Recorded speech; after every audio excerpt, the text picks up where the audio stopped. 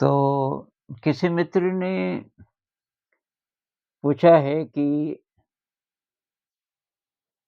Mind is not in the brain.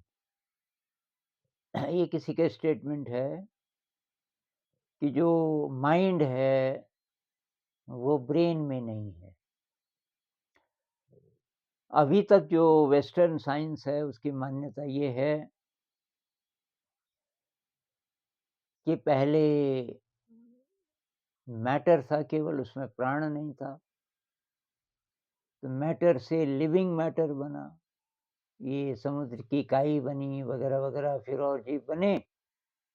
उसके बाद इंसान बना, तो वो जो ज़िंदा हुआ पदार्थ, पदार्थ ज़िंदा चीज़ों में बदला, तो उसमें कॉन्शियसनेस आई, चेतना आई, या कह लीजिए माइंड आया इसलिए। अच्छा, अभी ये मानते हैं कि ब्रेन का फंक्शन माइंड है। मतलब ब्रेन, ये जो हमारी मशीन है, ब्रेन तो कोशिकाओं से बना है ना। ये न्यूरॉन्स, ब्रेन की कोशिकाओं को न्यूरॉन बोलते हैं, उनसे मिलकर के बना है। और उसको वैज्ञानिक लोग मैप कर चुके हैं कि कहाँ क्या होता है। किस एरिया से हम सोचते हैं, किससे महसूस करते हैं।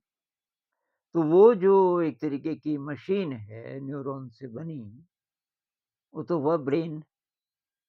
और वो जो ब्रेन जो करता है,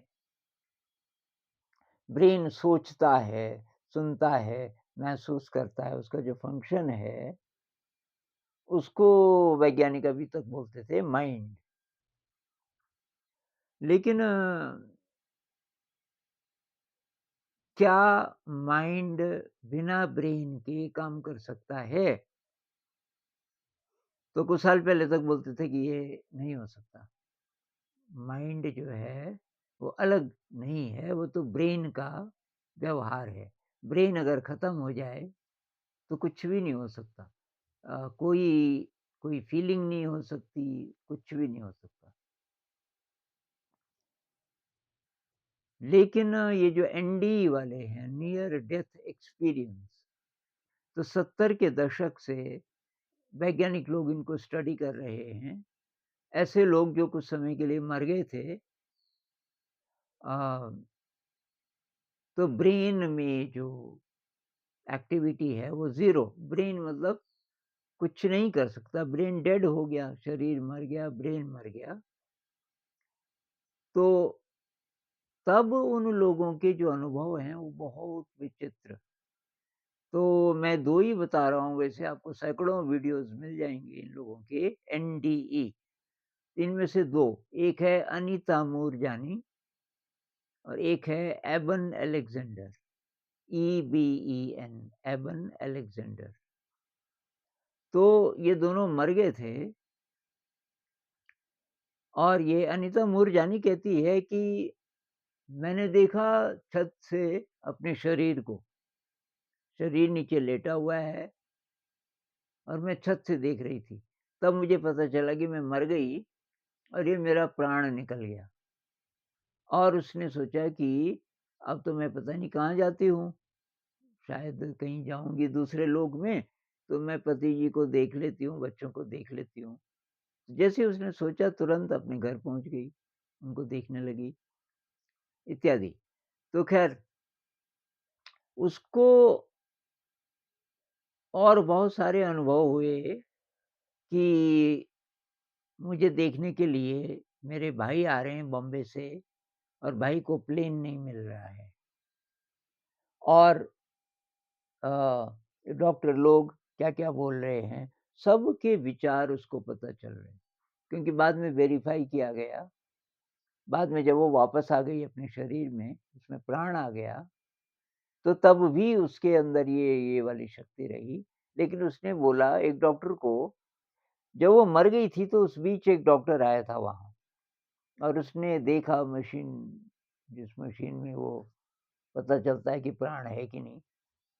तो उसने कहा कि अच्छा, ये तो मर गई। तो जब ये वापस आई अपने शरीर में और वो डॉक्टर वहीं पे था, उसने कहा कि डॉक्टर साहब आप आए थे, मिस्टर थॉमसन, जो भी नाम रहा होगा।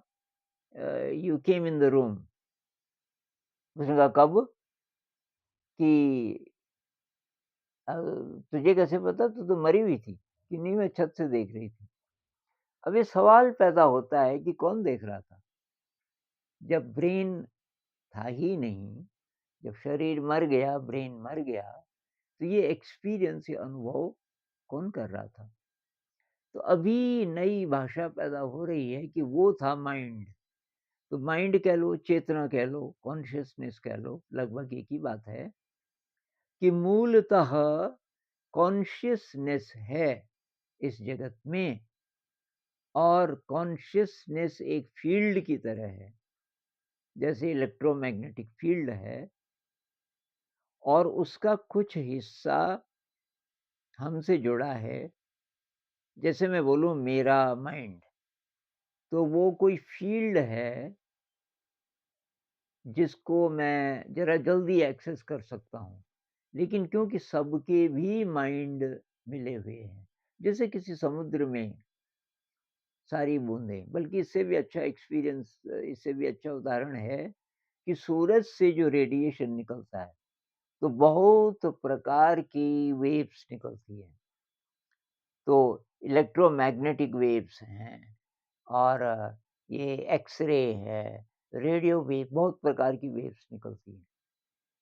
तो उसी प्रकार से जिसको हम माइंड बोल रहे हैं, उसके कई डिमेंशन हो सकते हैं, और सब आपस में जुड़े हुए भी। तो ये जो पुनर्जन्म की बातें होती हैं, पिछले जन्म की यादें आ जाती हैं, ये जो टेलीपैथी होता है, इस प्रकार की चीज़ें, तो ये शायद जो लोग टेलीपैथिक होते हैं, तो ये उस स्थिति में चले जाते हैं ब्रेन के पार। मतलब हमारा जो कॉन्शियस माइंड, जिसको हम आमतौर पे बोलते हैं, जिससे हम सोचते हैं, वो चुप हो जाता है शायद, और वो वहाँ पहुँच जाते हैं जिसको हम माइंड फील्ड कह सकते हैं। माइंड फील्ड एक इलेक्ट्रोमैग्नेटिक फील्ड की तरह, जो स्पेस और टाइम को पार कर जाता है। तो इस सेंस में अगर हम देखें, तो हम मूलतः चेतना है, उसी को माइंड भी कह रहे हैं आजकल। हम मूलतः कॉन्शियसनेस हैं, विशुद्ध चेतना है, और वो चेतना जो है अ, उसमें पता नहीं क्या-क्या है। वो सारे ब्रह्मांड से जुड़ी हुई है, ऐसा लगता है। और अगर हम वहाँ पहुँच जाएँ, तो पता नहीं क्या-क्या अनुभव हमें हो सकते हैं। ऐसा भी लगता है कि वहाँ पहुँचने के लिए ये जो चेतन मन है, इसका चुप होना ज़रूरी है। यही कंडीशन कुछ-कुछ समाधि में भी है, कि समाधि में जो हमारा चेतन मन है, वो चुप हो जाता है। और जब वो चुप हो जाता है, तब वो अनुभव होता है। मिस्टिकल एक्सपीरियंस, ये जो संत लोगों को अनुभूति होती है, अचानक मिस्टिकल एक्सपीरियंस जिसको बोलते हैं, उसमें भी ऐसे ही होता है।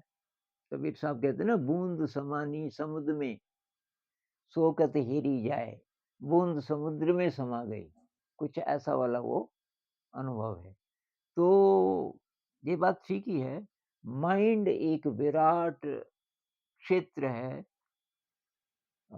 इलेक्ट्रोमैग्नेटिक वेव्स की तरह एक फ़ील्ड है, और उस फ़ील्ड से हमारे ब्रेन्स जुड़े हुए हैं, और वहाँ से हम फिर बहुत कुछ एक्सेस कर सकते हैं, ऐसा लगता है।